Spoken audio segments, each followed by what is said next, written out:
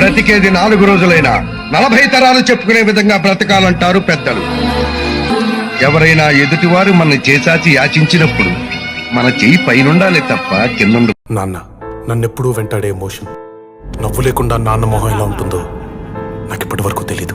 నందమూరి హరికృష్ణ గారు ఎందుకని తారక రామన్ పేరు పెట్టారో గానీ సేమ్ రాముడు లెక్క. నందమూరి తారక రామారావు గారి మనవడినైన నేను